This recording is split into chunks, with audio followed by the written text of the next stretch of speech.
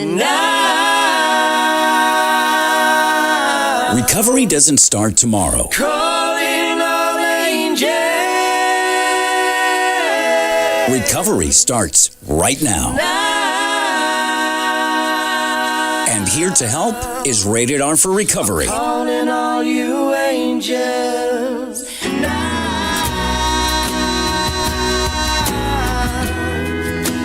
calling all angels. Now, calling all you angels. Hi, everybody, and welcome to another edition of Rated R for Recovery. That's Rated R, the number 4, recovery.com. If you want to look up our website, we'd like you to.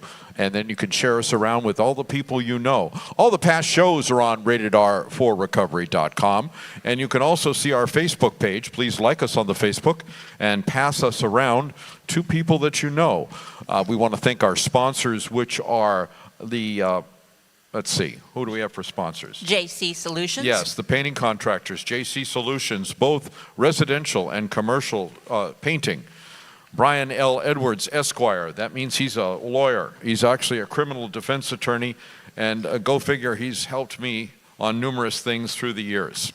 We also have Shamrock Bail Bonds, which has also helped me through the years. I've had to be bailed out of jail, or I was held without bond. Those are the two things that happened to me over and over again. I see a pattern here. There is. There definitely was a pattern, young lady. First of all, I'm an addict and alcoholic. My name's John. Hey, John. And my co-host. I'm an alcoholic. My name's Joy. Hello, Joy. So welcome to the show, everybody. And Joy, Yes. what is Rated R for Recovery? Thought you'd never ask. Rated R for Recovery is a faith-driven program bringing hope, healing, and restoration to individuals and families impacted by addiction. Through interviews, sharing information, and entertainment, we strive to be a catalyst for all who wish to recover. Very, very nice. Also, what other sponsors do we have, Joy? I believe the Next Step, which is a dual diagnosis treatment center. White Sands Treatment Center. White Sands Treatment Center. The Phoenix House, Joy. The Nice. Phoenix House. And a bunch of others that I can't think of off the top of my head. Eileen is in the crowd. Al's in the crowd. And speaking of Al, where are you, Al? Al, are you out here? He's what? Okay, he's talking to another guest. Very good.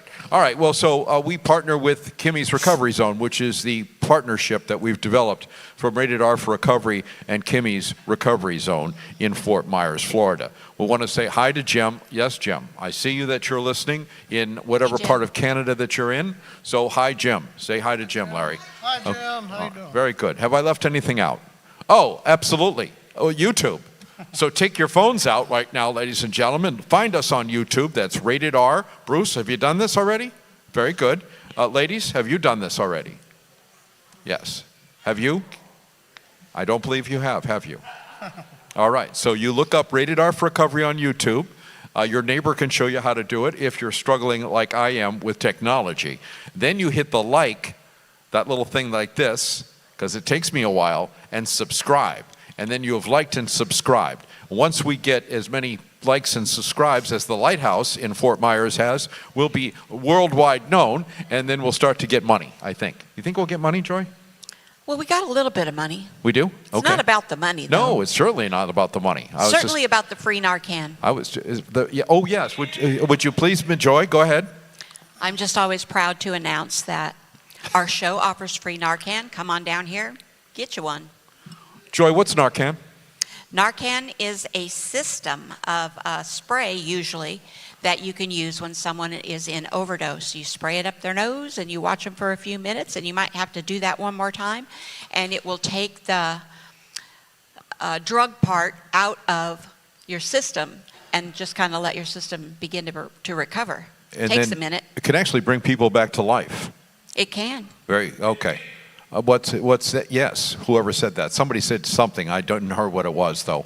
We offer free Narcan. We have T-shirts for sale here to support Rated R for Recovery. And the good news is that starting the first, I think maybe next week, Mark, is that right? Mark, next week? We're shooting for that. We'll be moving pretty soon to Kimmie's Recovery Zone at 507 Center Road in Fort Myers, Florida. And we'll be doing the show at 6 p.m. And then we're also going to be offering, Eileen, are we offering food? Refreshments, okay, all right, and coffee. Larry makes the coffee. Mark's on board with us, and hopefully they'll be coming along with us. So that'll And be Sharon's coming. Sharon's coming. Sharon's on board. I forgot Sharon, and Pedro's there all the time. All right, so let's have a nice round of applause for our tech people. All right, executive producer Mark Santora. Whoa!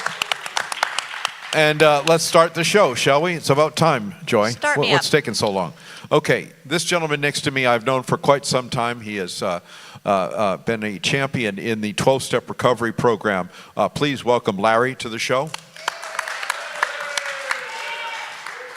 So Larry, we're going to talk, say, maybe you'll like me to say it this way, in a general way, what you used to be like, you know, where you come from and all that stuff. What happened and what you're like today. Sounds good, John. Very good. Go ahead, Larry. Where were you born? I was born in Indiana, but we moved around a lot. My childhood's pretty convoluted, but I grew up in a lot of different places. I was stood up in front of about 20 different classrooms and introduced as the new kid, so you could say that I never quite fit in. So that was difficult as a small boy. Like how many times between the ages of, let's say, if you could guess, between the ages of first grade and a senior in high school? Did I Move. Did you have to did I introduce move? I counted one time, and I had counted like 32 different schools, but that just seemed excessive. So I always tell everybody 20, because I know for sure 20 different schools. There's one county in Denver, Colorado that I went to 4 different schools, and there was a year between each time that I went to another school in that county. So Wow. you Well, get the idea. that takes a great deal of being able to fit in, being like that chameleon type of person. Yes, that's exactly how I would characterize my nature as a chameleon, the class clown. Oh. I was good at getting other people in trouble, should we say. I was wondering about that. And also deflect. Deflecting, yes. deflecting is my first coping mechanism. Put it on somebody else. Say a joke. Say something to take the seriousness out of the air. Why? Because I'm scared. Yep. That's why. Because everything I do is based on fear. When was the first time you had a drink or a drug? You know, I was a late bloomer, actually. I believe my first drug of choice was adrenaline. I started stealing stuff when I was 4 years old. And, you know, I got in a lot of trouble early on doing that. I never actually drank or got high until I was 18. But the first time I ever smoked marijuana, I got that instant feeling that I always got from stealing and doing reckless and dangerous things that I had my whole life. You know, I'd spent all my childhood doing adrenaline junkie things that did some serious bodily damage and also to my credibility with my parents and the police. But so the first time I ever smoked marijuana, I got that instant rush that I always got from getting in trouble and adrenaline, and I knew that this was the easier way. This is what I've been looking for all that time. So, Joy, my dear friend Chris Prophet used to say years ago that his first drug was jumping off the roof of his family's house, and that jazzed him up so much, gave him that feeling. Yeah, and then you chase that feeling. You notice the movement that went along with it? Very good. All right, that gave him that jolt that you're talking about, That's Chuck, exactly it. Makes you feel alive. So, and then they would do other things that would be risky activities to get that feeling. Or I heard somebody talk the other day that said their first drug of choice was spinning around as a child Yeah. to be so dizzy they would fall down. Absolutely. Was that you, Joy? A little bit, yeah. You know, they had those little park Yeah, I didn't things like them. that I didn't that like them at all. aluminum Yep. thing Oh, yeah. that spun Oh, yeah. around and would throw Merry-go-round. children The wheel. off of it. Well, The wheel They're of outlawed now. The wheel Wheel of of nausea. The wheel of death. The wheel of nausea, I would call it. Anyway, so you started drinking at what age, would you say? 18, actually. 18. yeah. Was the drinking age 18? No, Where you were? no, it was not. No. Okay, all right, so you're breaking the law right Absolutely. off the bat. Breaking the Atta law. boy. And Okay. I basically marijuana and alcohol simultaneously right off the bat. And then I never liked alcohol, so marijuana was from that point on until I was 30. Really? It was all pot all the time, as much as I could get So- away with. So that's why, you know, we come to find out that if we get into 12-step recovery, that the solution is the same, but the journeys are different. So describe, so from up to 30 years old, just some weed, right? Yeah, yeah. Did it? I started selling weed immediately so that I could Oh, okay. have my own supply. I wouldn't have to run around. And there was a whole nother addiction involved with being the important guy yeah. that had the weed and people would come to me, you know, but definitely it was all about having the money and the supply, so I didn't the have power. the power. A little bit of yep, power. yep. That's a whole nother kind of And form the- of addiction, really. And the lifestyle. I can be addicted to the game just as well as I can be addicted to the drug. Yeah, absolutely. So how did this progress? You know, things went okay for a while, and then they didn't. But basically, when I was 30, I moved down to Fort Myers, Florida, where I live now, best place on earth. Would never be anywhere else. But when I got down here, I started doing construction, and guys would go after work and have a couple of drinks, and I started modifying my pot use with alcohol, and I had a low tolerance already to alcohol, but when you're smoking marijuana and drinking, it kind of magnifies the effect of alcohol, and I would do pretty absurd, silly, I wasn't mean, I wasn't a fighter, nothing like that, but I would do kind of ridiculous and silly things. Like Did what? you always remember them? Early on, I certainly did, yeah, until I'd actually got sober the first time, and I had not yet had a blackout when I got sober the first time. I'd had a couple beers and a joint, dropped a guy off in Immokalee. You guys around here know that's a long way from here, and on the way back, I was falling asleep at the wheel. So I got sober the first time fairly early in my using. I still, as the book says, I had the potential alcoholic. I had done a lot of that stuff. But where the book says the real alcoholic, the book, when I say the book, I mean the book Alcoholics Anonymous. I'm in AA and CA, so I always reference the book of Alcoholics Anonymous just for clarification's sake. And it says the real alcoholic is this, this, and this. And most of that stuff had not happened to me yet when I got sober the first time. So I kind of struggled the first time. But I did stay sober for 6 years before I realized I never could quite completely accept the powerlessness and unmanageability for me, and I made a conscious decision to go back out.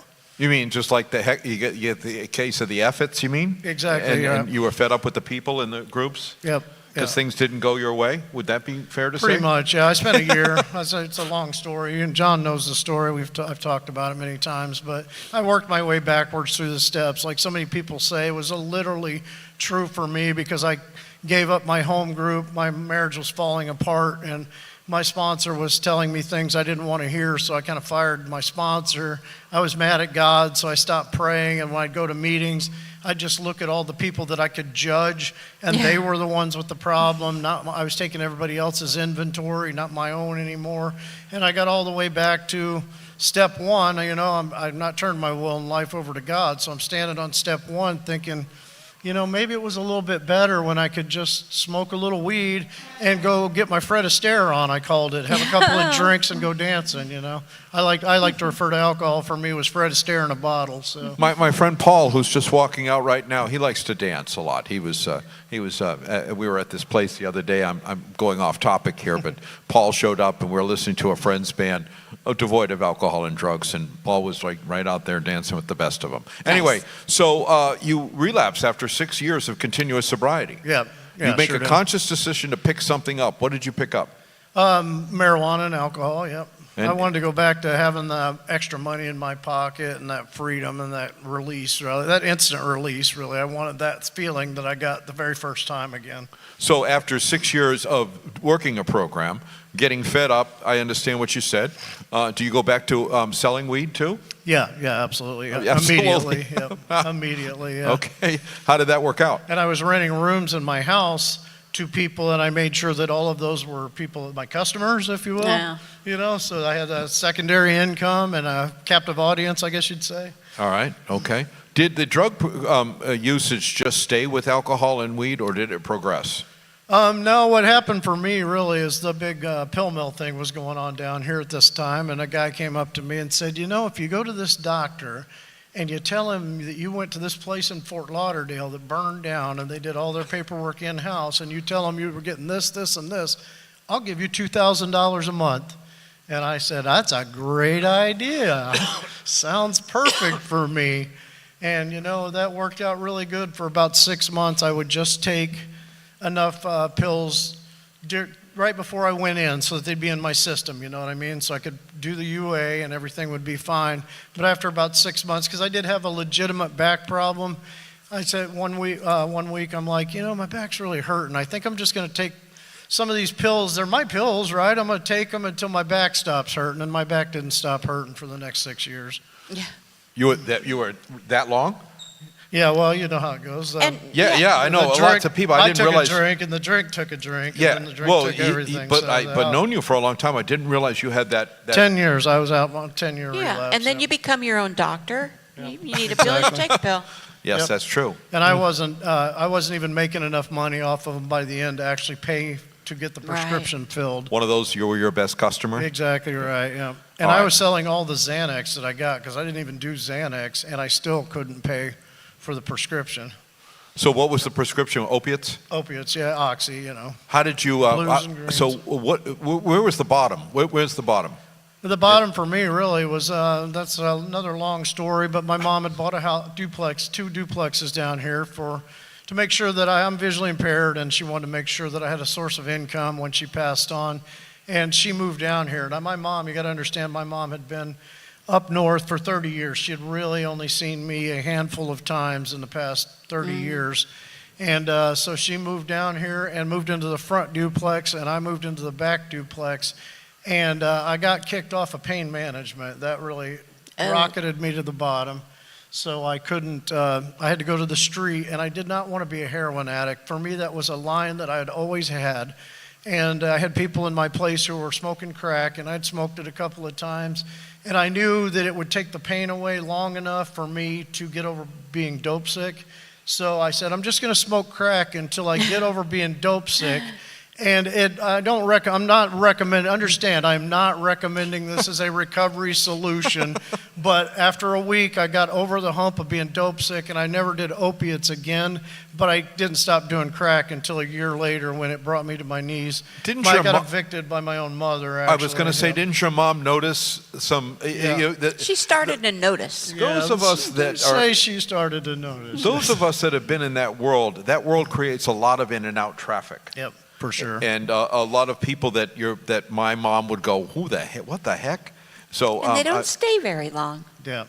Yeah. Exactly. And she would walk in the house sometimes, and there'd be a cloud of purple smoke and the smell of burnt chore, as most of us who've used that product know all about. Yeah. So your mom tells you to get out. She fake evicted me because she knows I'm legally blind and I'm stubborn, so she typed up a letter and handed it to me.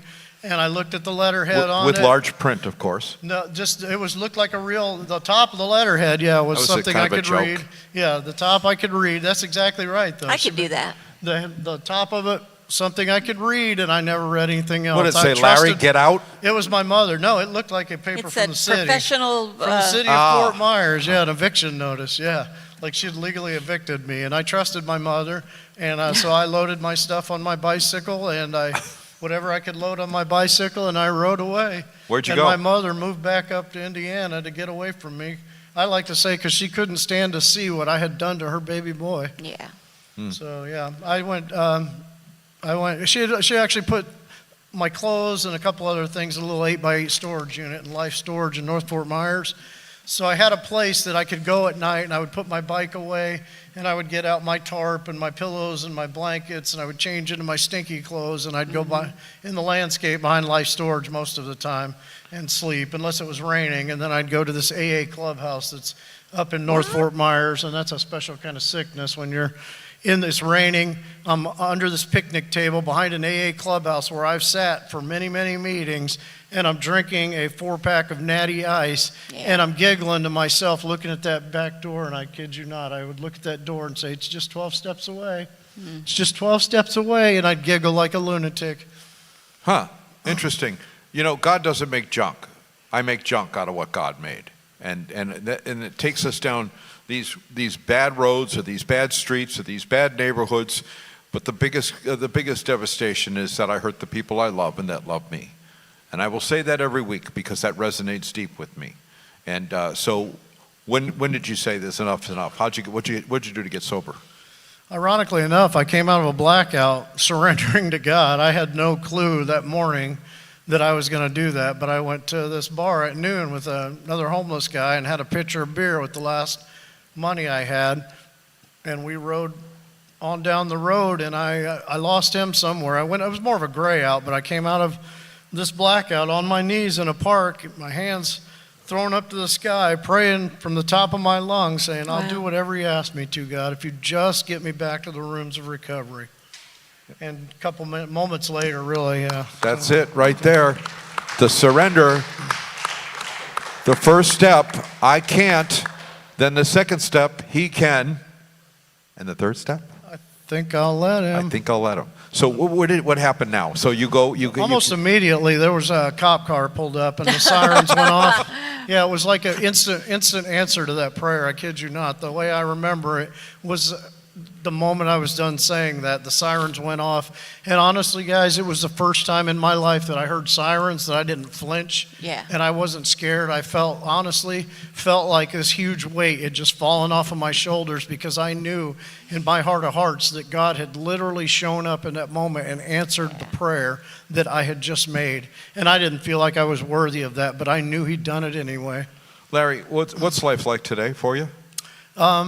It's amazing, really. I mean, I've had my struggles. Recovery is work, and sometimes it doesn't go the direction you want it to go. But Amen. Because I've gotten sober, and I stay very active in the 2 fellowships that I'm involved in and my church, and really that gives me that thing that I was always looking for from drugs and alcohol. I get that now from what I do to help other people, to love on other people. When I feel like I'm unlovable and I love on other people, I feel loved. It's a strange conundrum of the whole thing, you know what I mean? And then John knows, I've been able to live out several of my lifelong dreams that I used to sit around. Like what? Yeah. Well, I used to sit in drug houses and bars telling people one of these days I'm gonna, and one of my dreams was always I wanted to ride from Miami to Maine on a bicycle.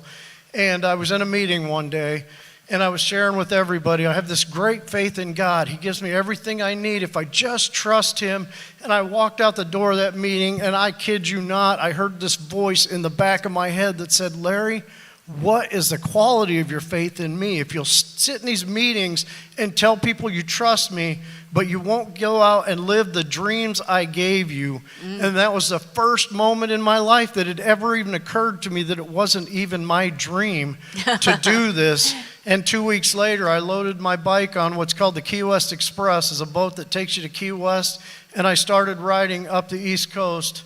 And I rode all the way to Cape Hatteras, North Carolina. And once I got there, I realized I was just as close to where I grew up at, where my folks live in Indiana, as I was to Fort Myers. So I said, you know what, I'm just going to ride through Virginia and West Virginia and Ohio and go see my folks. And I rode 2,200 miles in 2.5 months on a lark, really. Yeah. As God told me to. All right, so in lieu of time right now, Larry, have I left anything out that you might want to say to the audience? No, all I'd say is if you want to get sober, you got to become a part of something. Even if it's not the fellowships that I'm involved in, you have to be a part of something, because using is the way that we separate ourselves from the world and life around us. So I needed something to fill that void. And, just know that we're here. Wherever you're at, there is a fellowship there for you. You just have to reach out and ask for help, guys. We're here, we're free, and we can help. Give Larry a big round of applause. All right, ladies and gentlemen, when we come back, we're going to be hearing from somebody from the Lee Health Organization. You're listening to Rated R for Recovery and RatedR4Recovery.com. We'll be right back. Struggling with life's challenges? At The Next Step, we're here to guide you to a brighter tomorrow. Whether it's counseling, recovery support, or simply finding hope, we provide the tools and community to help you rise. Take the first step toward healing today. Visit thenextstep.org and discover how we can support your journey to wellness. Remember, every step forward is a step toward a better you. The Next Step, your path to hope, starts here. With offices in Fort Myers and Naples, 844-639-8371. Have you been charged with a crime? You could face serious penalties for conviction, and it is vitally important that you have skilled legal assistance on your side during this time. Call Brian L. Edwards, Esquire, attorney at law today. 888-512-6254. Results matter. With a track record of success, our methods are tried and true. Mistakes happen, but we can help. Brian L. Edwards, Esquire, attorney at law. Visit FortMyersCriminalLawFirm.com or call 888-512-6254. Feeling trapped in addiction? White Sands Treatment Center offers more than just detox. We build lasting recovery. With 3 inpatient and 18 outpatient locations located throughout Florida, we offer services from medically supervised detox to inpatient, outpatient, and sober living programs. Our services include individual therapy, family therapy, life skills, and small group sizes. Our amenities include yoga and massage therapy with recreational activities, including gyms, pools, and spa. Newsweek has named White Sands one of America's best addiction treatment centers 5 years in a row. You deserve quality care in a safe, supportive setting. Call White Sands Helpline at 833-423-2338 or visit whitesandstreatment.com and start your recovery journey today. Not everyone has the luck of the Irish. If a friend or family member is in trouble, call Shamrock Bell Bonds. Put our number into your phone, 239-332-2245, 239-332-2245, or go online at gobailmeout.com. Shamrock Bell Bonds provides fast, reliable service. Shamrock Bell Bonds, 1528 Broadway, downtown Fort Myers. Look for the Shamrock, and maybe luck will be on your side. Hello, I'm Michael Manzi, owner of JCI Solutions, 239-672-2673. When starting this company 3 years ago, I had no clue that we would grow to what we have become. There is one thing I can say that we have done from the beginning is take pride in our work, making sure every customer we do work for is satisfied from beginning to end. Offering residential painting all the way to commercial painting with jobs done in a timely manner, with highly skilled professionals giving you top-of-the-line work. To help you create your new look, call JCI Solutions, 239-672-2673. Struggling with addiction? You're not alone. At Phoenix House Project, we believe in second chances and brighter tomorrows. Our proven programs offer support, hope, and tools to rebuild your life. With expert care and a community that understands, transformation starts here. It's time to rise, reclaim your life, and become the best version of yourself. Visit phoenixhouseproject.squarespace.com today or call 239-244-7876. The journey to recovery begins with sober living. Phoenix House Project, where hope takes flight. Kimmie's Recovery Zone, where hope meets action. We're here to guide the journey from treatment to thriving, healthy living.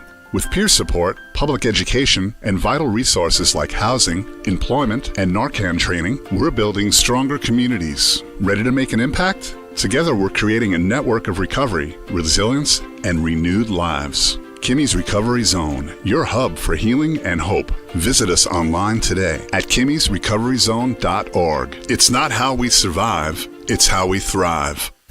When children have to play inside so they don't disappear. Welcome back to Rated R for Recovery. Call it all angel. Hi, everybody, and welcome back to Rated R for Recovery, ratedrforrecovery.com. .com? I don't think it's a dote. I think it's dot. Ladies and gentlemen, really, those of you listening at home, we really need your support. So if you're sitting in the studio audience, which is completely packed right now, studio audience, would you make some noise? All right. Or if you're listening at home, no matter where you are, Jim is listening. You know, Jim, do you guys know that Jim listens every week from Canada? Yeah. Yes, Jim L. listens every week from Canada. Like us on YouTube and subscribe to us. So right now it's the moment you've all been waiting for, ladies and gentlemen. It's the time for our second segment of the show, known affectionately as Kimmie's Corner. Ladies and gentlemen, Al Kinkle. Woo. How's that for an introduction? Wow, listen to that. The place is full tonight. We're excited. Anyway, welcome to Rated R for Recovery, and tonight we have the pleasure of having Rayleen with us, right here, the beautiful young lady. And she has a very complicated position at Lee Health, and she's been working there for, I think you've been there, what, 10, 15 years? She's only 18, but... No. No. I've been there for about a year and a half now. About a year and a half, okay. So at your job at Lee Health, why don't you tell us a little bit about what you do? And I understand you're a navigator. Yes, so I am a substance use disorder navigator. So primarily my job consists of gathering resources and then providing those resources to patients with substance use disorder. And then a big part of my job is doing community outreach, both with other community resources, but also I get to do something really cool, which is just check on patients after they've discharged. So a lot of people, they'll like kind of hand off resources, and then the patient will discharge, is like, okay, we're done. And I'm able to, if the patient is willing to engage with me in that, I'll be able to call them, just kind of check up on them, see if they need anything additional after they've left the hospital. That's great, because we have to keep an eye on our patients, and that's helpful for them, because it's very difficult to do that on your own a lot of times. You're reluctant to make the phone call or something like that. Yeah. But in our case at Lee Health, we have you to do that, and we Follow love up it. and say, how you doing? Yeah, just to check in. I mean, a lot of people, especially because a lot of the patients that I see don't often have local support. Mm-hmm. So it's been really nice to just be able to be like, hey, just how's it going? Talk to me if you need anything. Even if they say no, at least they have a phone number that they can call. Or you've told them all this stuff, and then they get home and then like, well, now what am I supposed to do? And it becomes unclear. Yeah, and it can get really complicated too. A lot of patients I see also have, they might have like tricky insurance. I mean, everybody's dealt with, insurance in the U.S. And I kind of created like a little master doc for myself. So like if they have some kind of really tricky insurance, it's like, okay, here's everything that you can do inpatient, outpatient that works with you, whatever you're willing to engage with. And that's what I do. So let me ask you this, your lived experience that you have, how does that help you connect people, be a great navigator that you are, and working with the peers? We talked a little bit about that earlier, and gathering some information about the patient, and then communicating that information to a peer or to someone else in the hospital, whatever patient type it might be. Yeah, so I have a bachelor's degree in psychology. I've always loved psychology, been really interested in it ever since I was like a kid, and I followed it throughout like high school and obviously majored in it in college. I mean, the most important thing is empathy, just kind of like utilizing what I've learned with the branch of psychology that I studied, and just kind of relating to the patient, seeing what they're open to. Like the saying, you can lead a horse to water, but you can't make them drink. So as long as I kind of, can hear them out, see what they're interested in, and then based off of what they tell me, I can introduce them to, like, hey, here's a peer, or here are some community resources, or here's an inpatient treatment that, it might work for you if you're interested in that. Just, being able to provide those things is super important to me. But yeah, that's my background is primarily psychology. So fire away. I think you're going to ask a nice question, I'm sure. So is this one of those things where you give me 3 chances and then I don't follow through and then I'm done? Is this something like that? It can be, just because it can, there's patients, though, it kind of depends, where like if they're, if I know that they have like, some struggles with like their cell phone connection, I'll keep trying them. I'll keep trying until you tell me no, is usually what happens. But yeah, it's the only rare times where I've like closed a case where they haven't directly told me like, oh, I don't need anything, is if they just haven't answered in a very long time. They just sort of where go their own way. Yeah, and hopefully it, they're moving towards something. At the very least, what I love about my job is that I can provide them with all of that, like the information that I have, and they can choose to do what they want with it. Even if they engage with that service late, they're engaging in that service, and that's really what matters. And then what if I come back and say, oh, I didn't do so well, and can you help me again? Yeah, of course. Yeah, relapse is something that's very common, and we're not going to judge you for relapse or anything like that. If something didn't work for you, then okay, that's fine. We'll look for an alternative, see what we can do. I always work with what the patient's needs are. And how do you find these patients? They come to us, so I work with a addiction medicine branch within Lee Health. It's a little bit of a smaller branch off of psychology, but Is it in the hospital? Yes. Okay. So there are addiction medicine doctors. Typically, patients will get consulted through social work. Social workers will see them first, and then kind of based off of what the patient says, they'll consult us. Like us, I mean in like regard to my team. So there's like peers, addiction medicine doctors, navigators, just whatever the patient is willing to engage with and who's they're willing to see. Too, when you're talking, I'm listening and I've been involved in the hospital for several years in different positions, mostly service positions to the hospital, volunteer work. But when I think about how far Lee Health has come, Health Park has come over the years. I mean, they've seen the issue, they've seen the problem, and they seem to be attacking it every single day in some way, shape, or form. So I'm, like I said, I always say I'm proud of Lee County in itself of what we do, collaborating with each other, and the hospital's the biggest part of all that, and they've really made some leaps and bounds. What do you think the hospital, in the direction that the hospital is going now, what do you think the future looks like for more services provided by navigators, peer specialists, and things like that? I'm seeing a lot of really great change. I met Al and the rest of Kimmie's through doing Narcan distributions at the hospital. So we were providing those to primarily to staff, but also to visitors and things like that. And even just the last round that we did, there was so many more people who were willing to even just like give us the time of day, engage with us. But yeah, it's been great. I mean, my position is actually fairly new. There's two of us. So there's me who works at like the northern hospitals, and then my coworker who works in the southern hospitals. And we kind of built this position from the ground up based off of the needs of the community. And, we've done so much to rework and structure the work that we do in order to assist a wider range of people. But yeah, it's been it's always changing, but I've noticed that we're really it's looking a lot really positive in my opinion. And so I have a question. I had a breast care navigator in 2009 when I had breast cancer, and I did not have insurance. And so Lee Health had a breast care navigator. I sat down with her, and she mapped a path for me to go through chemo and then radiation and then follow-up.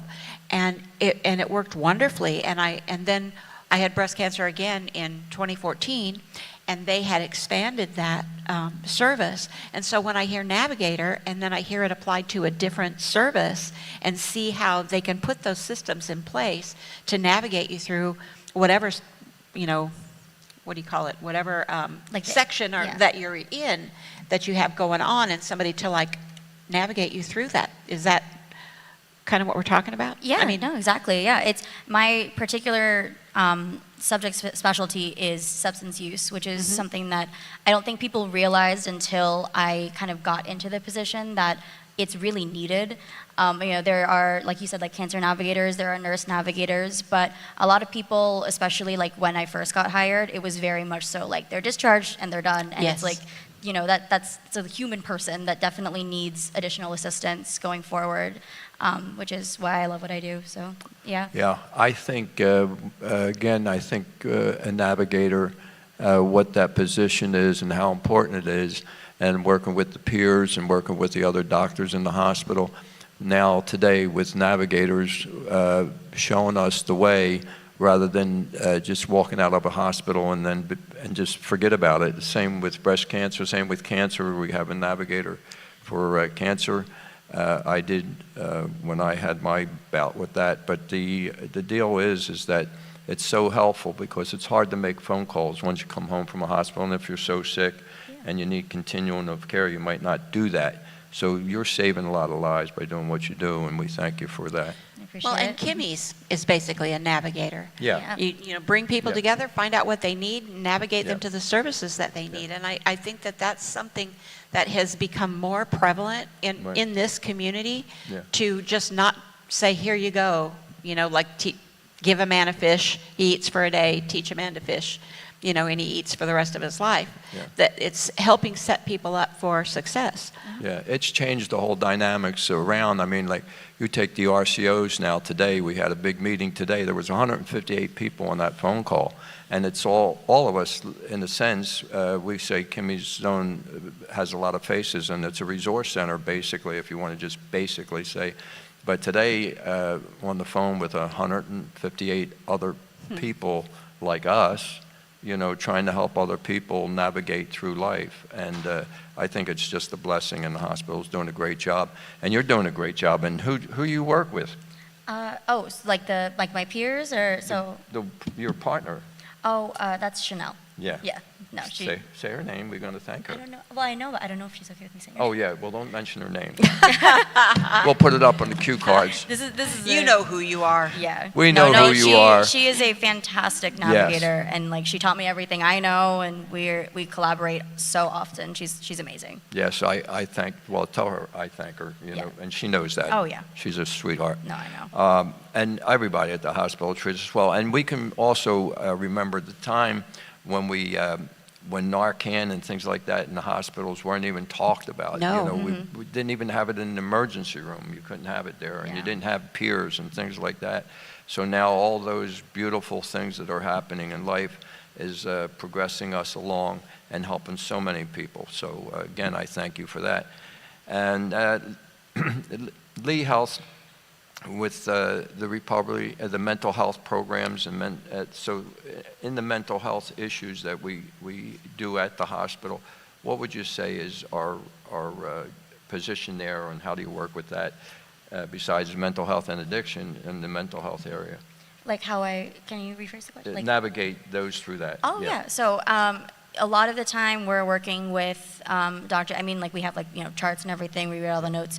But we work a lot with, like I mentioned, like addiction medicine doctors who are kind of like joint. They also do kind of like a therapy session with them, just to kind of get a general sense of it. But also we have a lot of like outpatient resources for mental health. We have an addiction medicine clinic, which has a therapist as well as addiction medicine doctors, just to kind of assist patients with substance use disorder, to kind of cover the whole spectrum of it. So it's not just like, feeling sick because you're, like dope sick.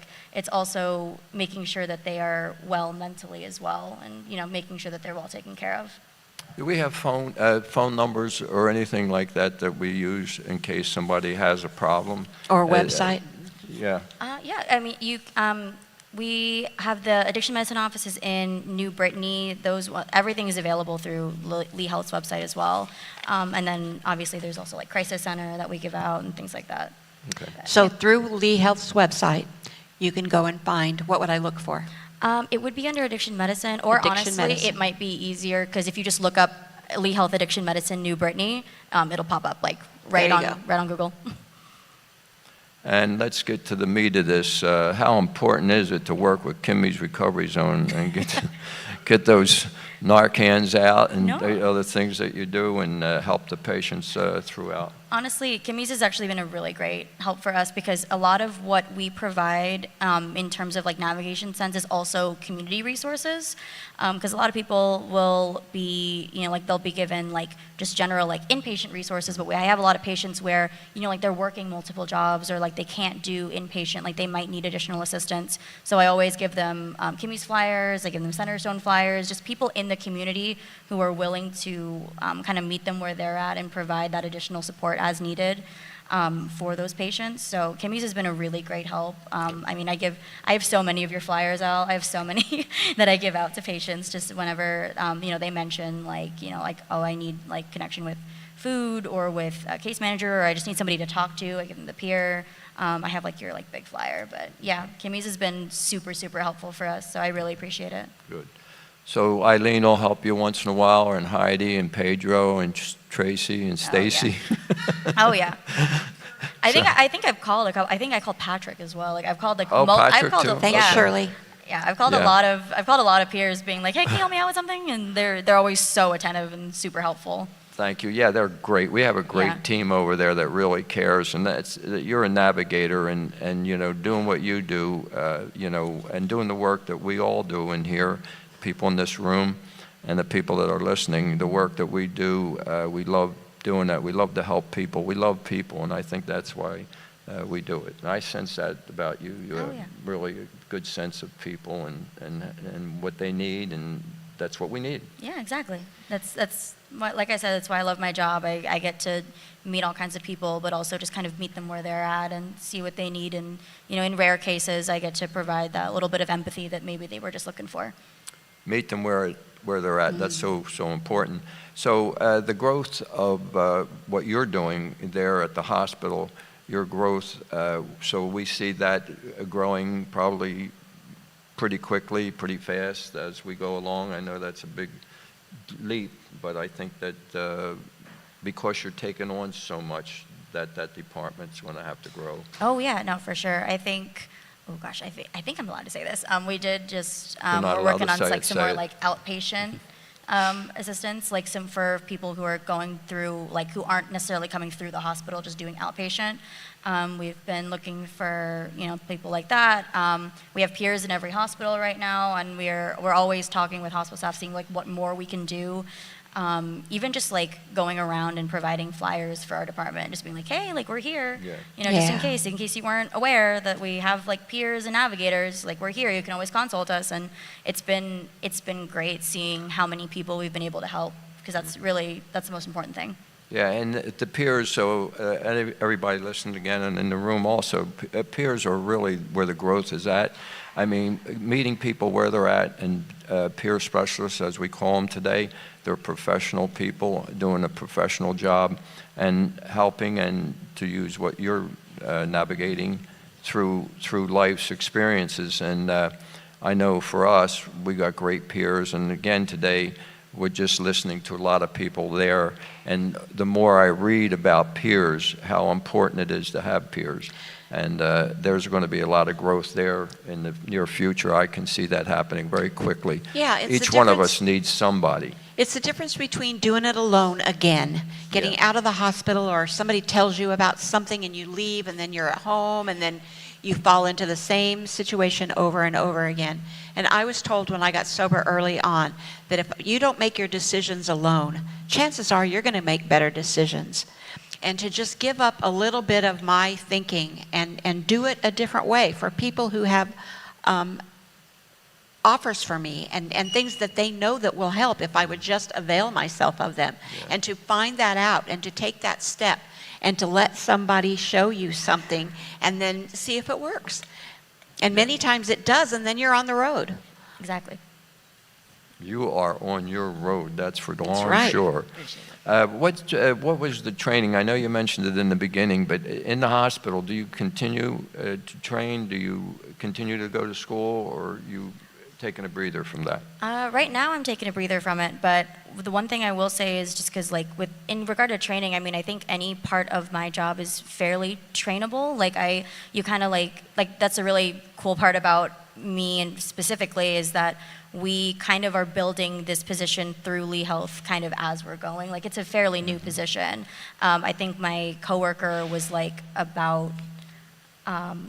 she was about maybe a year before me. So we've been able to kind of expand that. But in regard to I think the most important thing you really need for my position is just empathy. I think, Perfect. Yeah, I think you just need to be able to look at a patient and see, a person who needs help, and just to be able to kind of get a read on them and see what they need and see what you can provide. Yeah.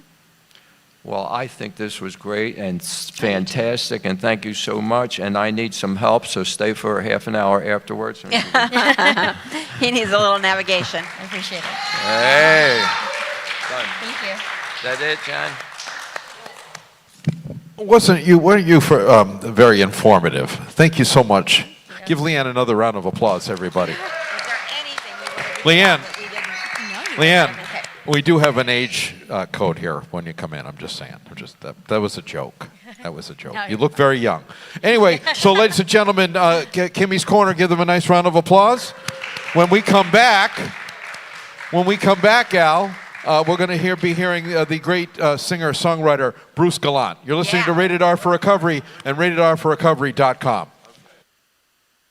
Struggling with life's challenges? At the Next Step, we're here to guide you to a brighter tomorrow.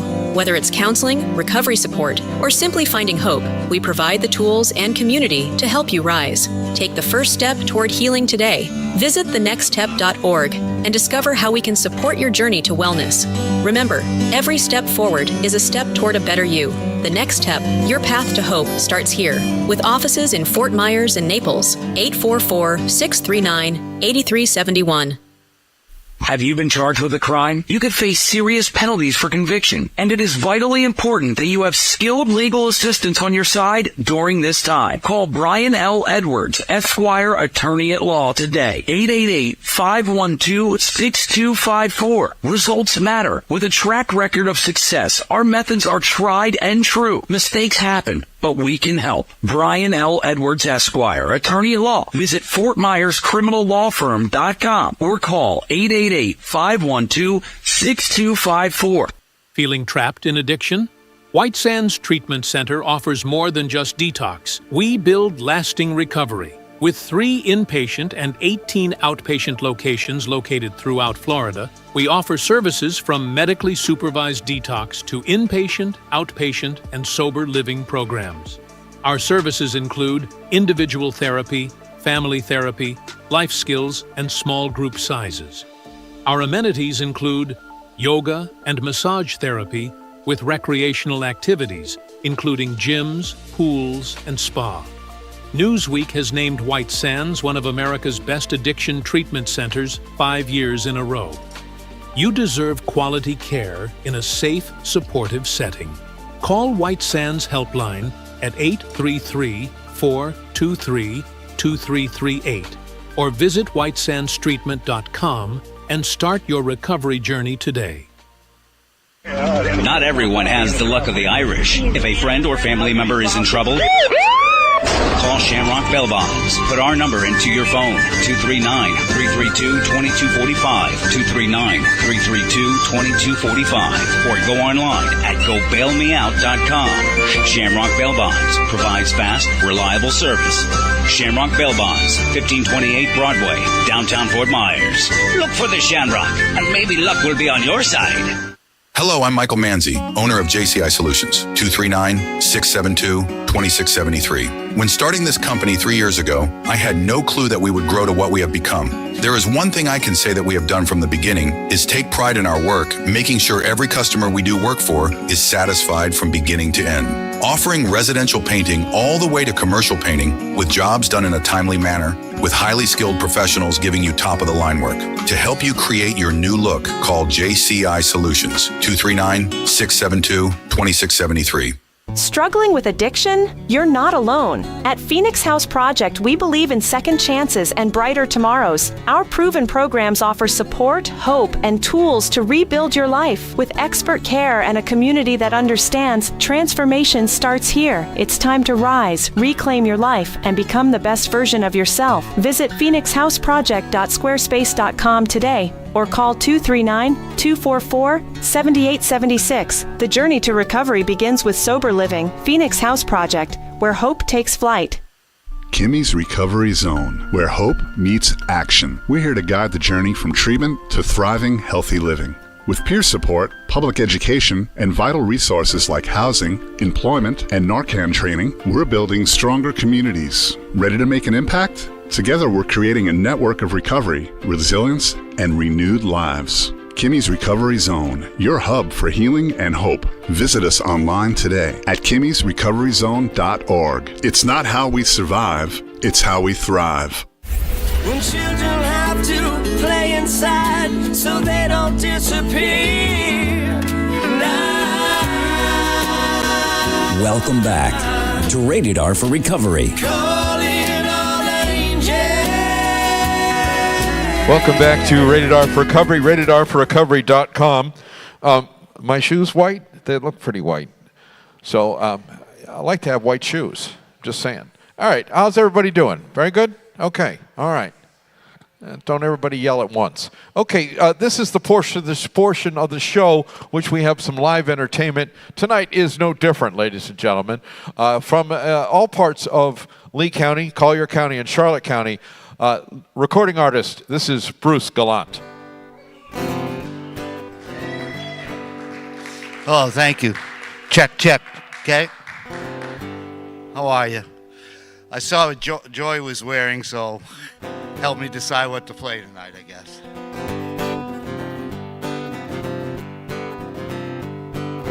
Baby said she's traveling on the 1 after 909. She said, move over, honey, I'm traveling on that line. I said, move over once, move over twice. Come on, baby, don't be cold as ice. Said she's traveling on the 1 after 909. I begged her not to go, begged her on a bended knee. Ooh, you're only fooling around on me. I said, move over once, move over twice. Come on, baby, don't be cold as ice. Said she's traveling on the 1 after 909. Picked up my bags, run to the station. The real man say, you got the wrong location. Well, picked up them bags, and I ran right home. Then I find I got a number on well now. Said she's traveling on the 1 after 909. I said, more honey, I'm traveling on that line. I said, move once, move twice.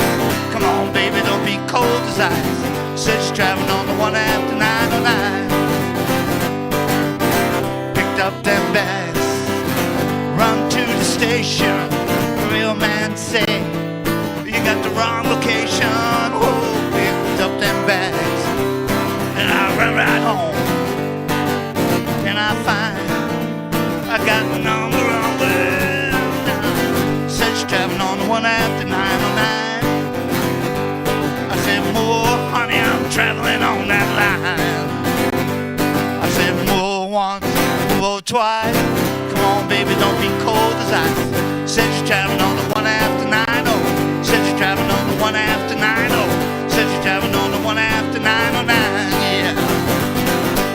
All right, that is the incomparable. Hey, thank you. Oh, Danny boy, the pipes, the pipe. That's what John Lennon did in the recording of that song. That song actually was written, they date that back as far as 1957, one of the first compositions that John Lennon and Paul McCartney actually wrote together. Just a little bit of trivia that will carry for you through the rest of your life. Ladies and gentlemen, would you do another song? Yes. Would you? Bruce, everybody. Bruce Gallant. All right. Another Beatles, be all right? Well, she was just 17, you know what I mean. And the way she looked was way beyond compare. How could I dance with another?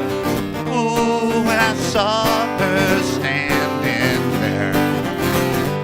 Well, she looked at me, and I could see that before too long fall in love with her. She wouldn't dance with another. Ooh, when I saw her standing there. Well, my heart went boom as I crossed that room, and I held her hand in mine. Ooh. Well, we danced through the night, and we held each other tight. And before too long, fall in love with her. She wouldn't dance with another. Ooh, and I saw her standing there. Well, my heart went boom as I crossed that room, and I held her hand in mine. Ooh. Well, we danced through the night, and we held each other tight, and before too long, I fall in love with her. I couldn't dance with another. Ooh, when I saw her standing there. Yeah, since I saw her standing there. Thank you all. Thank you very much. Thank you, Bruce. John. Bruce, would you come back and perform again for us sometime? All right, great job. Don't go anywhere, ladies and gentlemen, that are here physically in the studio. For those of you listening at home, thanks again for watching Rated R for Recovery. Remember, the website is ratedr4recovery.com. Like us on the Facebook, pass us around, and then also like and subscribe on YouTube. We'll see you next week. Good night. Now, for those of you sitting in the studio audience, let's turn the mic over to my